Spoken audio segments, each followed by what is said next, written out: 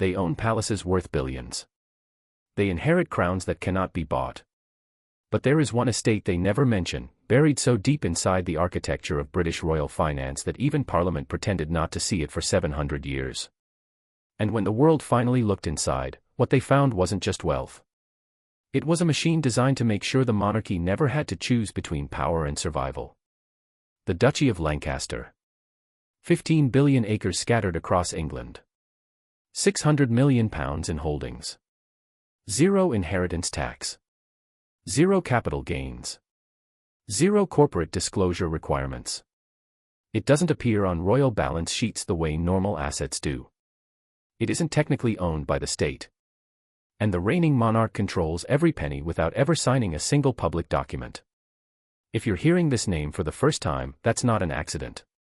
If you already knew it existed but never questioned how it worked, you're exactly where the system wanted you. The story we're told is simple. The crown gave up power. In exchange, they kept tradition and dignity. Parliament funds them through the sovereign grant. The public tolerates them because they're harmless figureheads. Everyone pretends the trade was fair. But that story requires us to ignore the fact that the British monarchy never actually gave up its money, and the structure that hides it is older, quieter, and more legally bulletproof than almost anything else in modern finance. Most people assume royal wealth comes from tourism, ceremony, and the civil list. That assumption is the front door. The Duchy of Lancaster is the vault underneath the floor. It began in 1265, when Edmund Crouchback, son of Henry III, was granted a portfolio of lands across England to fund his household without relying on the treasury. The logic was feudal and efficient. Give a prince resources. Let him govern himself. Keep him loyal. Over centuries, the duchy expanded, not through war or inheritance alone, but through something more insidious, legal immunity. It was declared a royal peculiar, a term that sounds ceremonial but functions like a corporate shell. It could own property, collect rent, invest, and grow, but it answered to no parliament, no court, and no tax authority. It existed in a legal parenthesis, a space carved out of normal governance where the rules that applied to everyone else simply didn't reach. When Victoria took the throne in 1837, the duchy was already worth millions in contemporary currency. By the time Elizabeth II inherited it in 1952, it had become a self-managing financial organism, overseen by advisors who were appointed by the monarch, reporting only to the monarch, and bound by no transparency laws. The modern duchy isn't farmland and cottages. It's commercial real estate in the heart of London. It's rural estates generating renewable energy revenue from wind farms and solar installations. It's offshore financial structures holding stakes in private equity funds. And every pound it generates flows directly to the reigning sovereign as private income, exempt from the taxes that apply to every other landlord, investor, and citizen in Britain. This isn't inheritance in the traditional sense. It's a parallel economy with a single stakeholder who cannot be fired, sued, or audited. If that sounds like monarchy, it's because it is. But it's monarchy disguised as property management, and property management disguised as tradition. The genius of the duchy is that it lets the royal family claim they're funded by the state while quietly remaining funded by an entity the state has no power to touch. It's financial sovereignty dressed in historical costume, and the costume is so convincing that most people never think to look underneath. For centuries, this went unexamined because it was invisible. The duchy filed no public accounts. It published no shareholder reports. Its income was listed vaguely in royal financial summaries as privy purse, a term designed to sound quaint and harmless. And because the monarchy had been symbolically neutered, stripped of legislative power and political authority, the public assumed there was nothing left to hide. That assumption was the most valuable asset the duchy ever held. It wasn't the land or the investments. It was the belief that there was nothing worth investigating. The first crack came in 2013, when the Paradise Papers leaked and journalists began tracing offshore holdings tied to the Queen's private estate. What they found wasn't scandal in the tabloid sense. It was structural secrecy. The duchy had invested millions in a Bermuda-based fund that owned shares in Bright House, a rent-to-own retailer accused of exploiting low-income families with interest rates exceeding 99%. The investment itself was legal. The controversy was that no one knew the Queen's private income was being funneled into offshore vehicles in the first place. The duchy responded with silence. It claimed privacy protections under laws written centuries earlier. And because those laws were never updated, there was no mechanism to force disclosure. That's when the question changed. It wasn't whether the monarchy should exist. It was whether a public institution should be allowed to operate a private fortune using legal structures the public couldn't access, audit, or even fully see. The Duchy of Lancaster wasn't just old money. It was a system designed to ensure that royal wealth would compound forever, shielded from the forces that erode everyone else's: taxation, regulation, and accountability. It was the opposite of meritocracy. It was wealth that existed because it had always existed, and the law had been written to make sure it always would. If you're starting to feel uneasy, it's because you're beginning to see the shape of something that was always there but never named. Stay with this. It gets worse. By 2023, pressure from transparency advocates and investigative journalists forced the Duchy to publish limited financial summaries. What those summaries revealed was staggering. The estate generated over £24 million in annual income for King Charles III. That income was listed as private, meaning it was not subject to income tax, though Charles voluntarily paid tax on it after deducting official expenses. The word voluntarily is doing enormous work in that sentence. Because if the payment is voluntary, it can be withdrawn. And if it can be withdrawn, it isn't taxation. It's theater. It's a performance designed to create the appearance of fairness without the enforcement mechanism that makes fairness real. But the income itself was only part of the story. The Duchy's asset base had grown to nearly £650 million, a portfolio that included luxury hotels, historic properties leased to commercial tenants at market rates, and agricultural land subsidized by EU and UK farming grants that were supposed to support working farmers. The Duchy collected those subsidies while paying no corporation tax, no capital gains tax, and operating under exemptions that let it avoid environmental and planning regulations other landowners had to follow. It wasn't just wealth.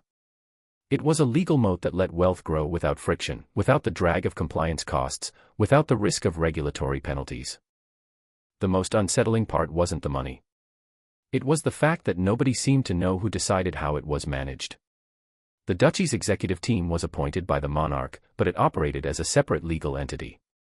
It wasn't technically part of the Crown Estate, which is owned by the state and generates revenue for the Treasury. It wasn't part of the Sovereign Grant, which funds official royal duties and is subject to parliamentary review. It was a third category, carved out centuries ago and never integrated into the modern constitutional framework.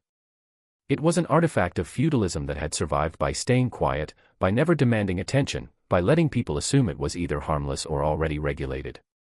Here's the mechanism most people miss. The Duchy of Lancaster doesn't just generate income. It generates optionality. Because the sovereign controls it privately, they can choose how to spend it, invest it, or shield it without public oversight. They can fund private legal battles. They can invest in ventures that would be politically toxic if done publicly. They can move money across borders using structures that remain undefined in British law. The Duchy isn't just a trust fund.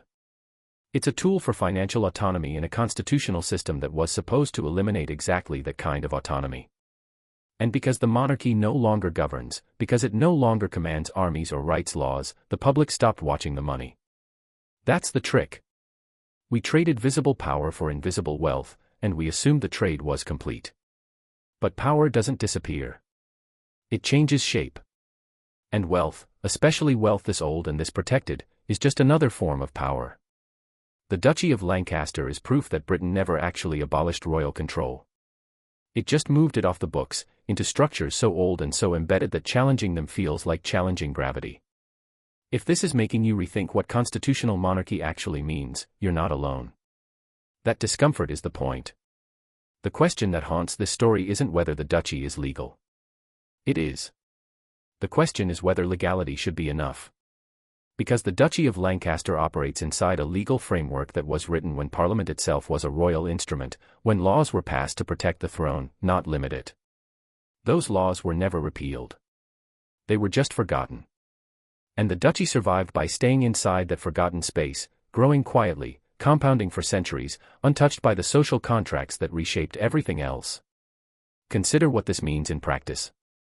When Britain's wealthiest citizens die, their estates are subject to inheritance tax at 40% above a threshold. When they sell property, they pay capital gains tax. When they operate businesses, they pay corporation tax. These aren't optional. They're enforced by HMRC with penalties for non-compliance. But the Duchy of Lancaster passes from monarch to monarch without triggering inheritance tax because it's not legally owned by the individual. It's owned by the office. And because it's owned by the office, it's exempt from the taxes that fund the very state that protects it. This isn't a loophole.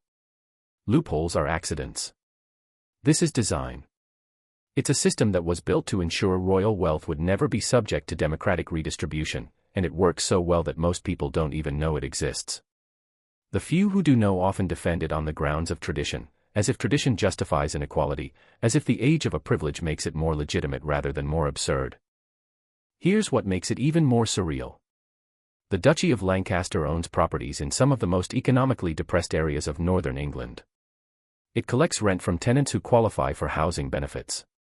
Those benefits are paid by the state, meaning taxpayer money flows into the duchy's accounts, which are then distributed to the monarch as private income, taxed voluntarily, with no requirement to reinvest in the communities that generated the revenue. The state subsidizes rent. The duchy collects it. The monarch takes it home. And the system calls this normal.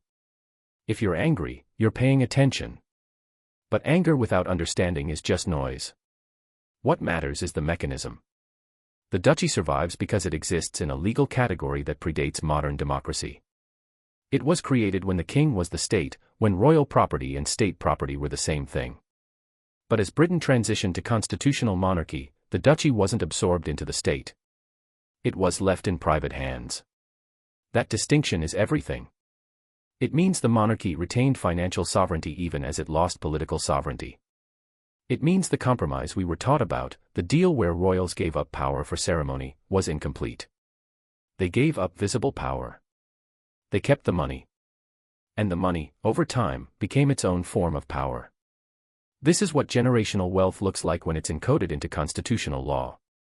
It doesn't justify itself. It doesn't compete.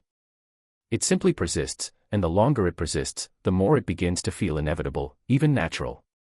That feeling is the final defense. Once people stop questioning why something exists, it becomes permanent.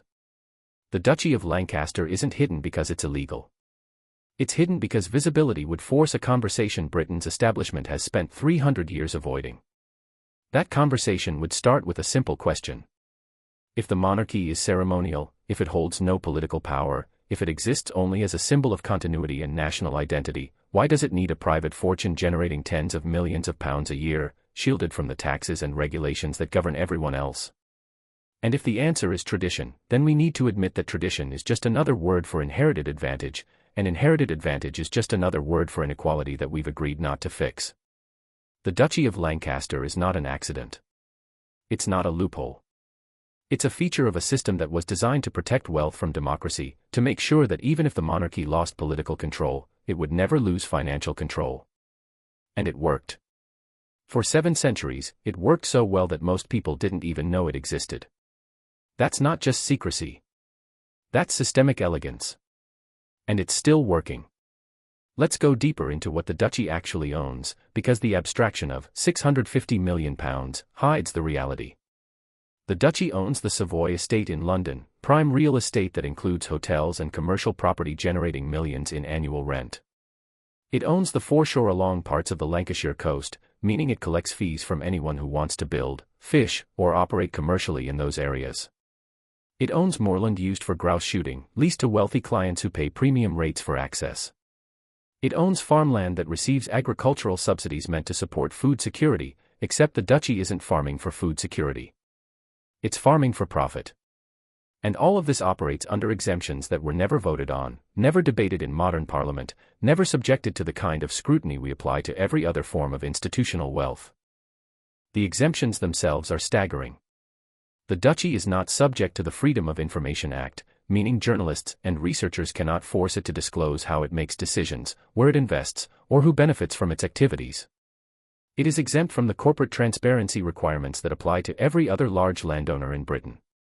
It does not have to publish details of its subsidiaries, its offshore holdings, or its financial relationships. It operates, in effect, as a sovereign wealth fund with a single beneficiary, except sovereign wealth funds are supposed to benefit the nation, not an individual. And here's the part that should make your skin crawl. When Parliament tried to pass laws requiring greater transparency from royal finances, the Queen's lawyers used an arcane process called Queen's Consent, which allows the monarch to review and influence legislation that affects royal interest before it's even debated. That's not ceremonial power. That's legislative influence. And it was used to water down transparency requirements, to carve out exemptions, to make sure the duchy would never be fully exposed. The monarchy didn't just benefit from old laws. It actively shaped new ones to protect old privileges. If this feels like something out of a different century, that's because it is. But it's happening now. It's happening in a country that considers itself a modern democracy, a country that lectures the world about rule of law and institutional accountability. And it's happening because the cost of challenging it is higher than the cost of ignoring it. Reformers who raise these issues are dismissed as Republicans, as radicals, as people who don't understand the value of tradition. But the value of tradition is exactly what's being questioned. Because if tradition means protecting inherited wealth from the forces that govern everyone else, then tradition is just a polite word for oligarchy. There's no satisfying resolution to this story because the system is still operating. Charles still draws income from the duchy. The exemptions still hold. The accounts are still limited. The legal protections are still intact. Reformers have called for the duchy to be absorbed into the crown estate, to be taxed like any other corporate landowner, to be subject to the same transparency requirements as public institutions. None of those reforms have passed. Not because they're impossible, but because the political cost of challenging royal finance is higher than the cost of letting it continue. And that's the real mechanism at work. The duchy survives not because it's loved, but because it's not worth the fight. Challenging it would mean reopening questions about the monarchy itself, about whether constitutional symbolism justifies constitutional privilege, about whether Britain is actually a meritocracy or just a hierarchy that learned to rebrand. Those questions are dangerous. Not because the answers are unknown, but because they're obvious. If you've made it this far, it's because you're willing to sit with uncomfortable truths. That's rare. And it's worth protecting. The Duchy of Lancaster is a mirror. It shows us what we've agreed to tolerate in exchange for stability, tradition, and the illusion of continuity. It shows us how power adapts when it can't be exercised openly. It shows us that the wealthiest people in any system are often the ones who don't have to explain their wealth, because the laws were written in a language only they can read. And it forces us to ask whether we're okay with that. Whether we're okay with a monarchy that claims to serve the public while operating a private financial empire the public has no right to audit, control, or even fully understand. Some will say this is cynical.